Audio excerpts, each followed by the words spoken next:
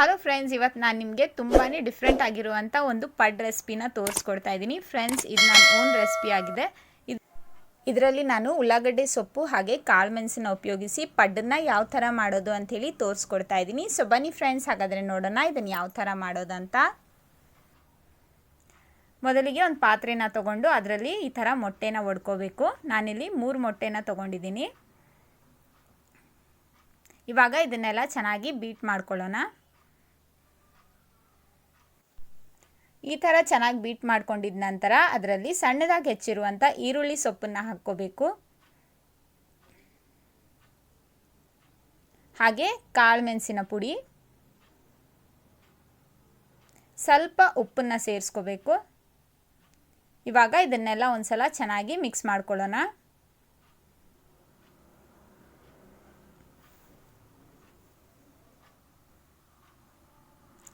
ಇವಾಗ ಇದಾಗಿದೆ. ಇದನ್ನು ಸೈಡ್ಗೆ ಎತ್ತಿಟ್ಕೊಂಡು ಹಿಟ್ಟನ್ನು ರೆಡಿ ಮಾಡ್ಕೊಳ್ಳೋಣ. ನಾನಿಲ್ಲಿ ದೋಸೆ ಹಿಟ್ಟನ್ನು ತೊಗೊಂಡಿದ್ದೀನಿ. ಇದರಲ್ಲಿ ಚಿಟಿಕೆಯಷ್ಟು ಅಡುಗೆ ಸೋಡಾನ ಹಾಕ್ಕೋಬೇಕು. ಹಾಗೆ ರುಚಿಗೆ ತಕ್ಕಷ್ಟು ಉಪ್ಪು. ಇವಾಗ ಇದನ್ನೆಲ್ಲ ಚೆನ್ನಾಗಿ ಮಿಕ್ಸ್ ಮಾಡ್ಕೊಳ್ಳೋಣ. ಇದು ಗಟ್ಟಿಯಾಗಿರೋದ್ರಿಂದ ಇದಕ್ಕೆ ಸ್ವಲ್ಪ ನೀರನ್ನು ಆ್ಯಡ್ ಮಾಡಿಬಿಟ್ಟು ಇದನ್ನು ಲೈಟಾಗಿ ತೆಳುವಾಗಿ ಮಾಡ್ಕೋಬೇಕು. ಜಾಸ್ತಿ ಗಟ್ಟಿ ಇದ್ದರೆ ಪಡ್ಡು ಗಟ್ಟಿಯಾಗಿ ಬರುತ್ತೆ.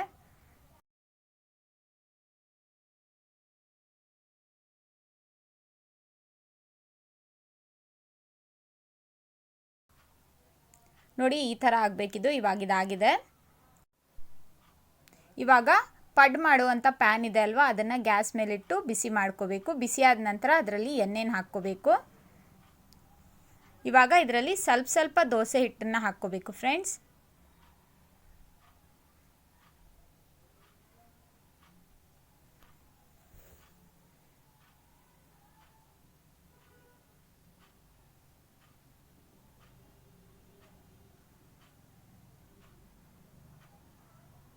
ಇವಾಗ ಇದರ ಮೇಲೆ ಮೊಟ್ಟೆ ಮಿಶ್ರಣನ ಹಾಕ್ಕೋಬೇಕು.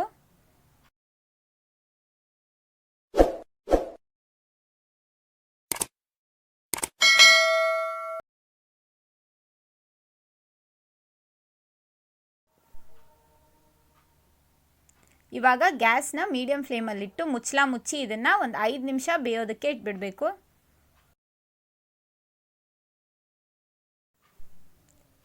ನೋಡಿ, 5 ನಿಮಿಷದ ನಂತರ ಹಿಟ್ಟೆಲ್ಲ ಚೆನ್ನಾಗಿ ಬೆಂದಿದೆ. ಇವಾಗ ಇದನ್ನು ತಿರುಗಿಸ್ಕೊಳ್ಳೋಣ.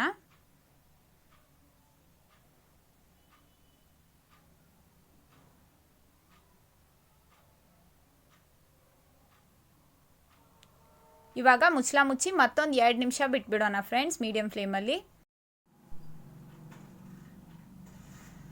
ನೋಡಿ, ಇವಾಗ ಬಿಸಿ ಬಿಸಿಯಾಗಿರುವಂಥ ಪಡ್ ರೆಡಿಯಾಗಿದೆ. ಇವಾಗ ಇದನ್ನು ಸರ್ವಿಂಗ್ ಪ್ಲೇಟ್ಗೆ ತೊಗೊಂಡು ಸರ್ವ್ ಮಾಡ್ಕೊಳ್ಳೋಣ.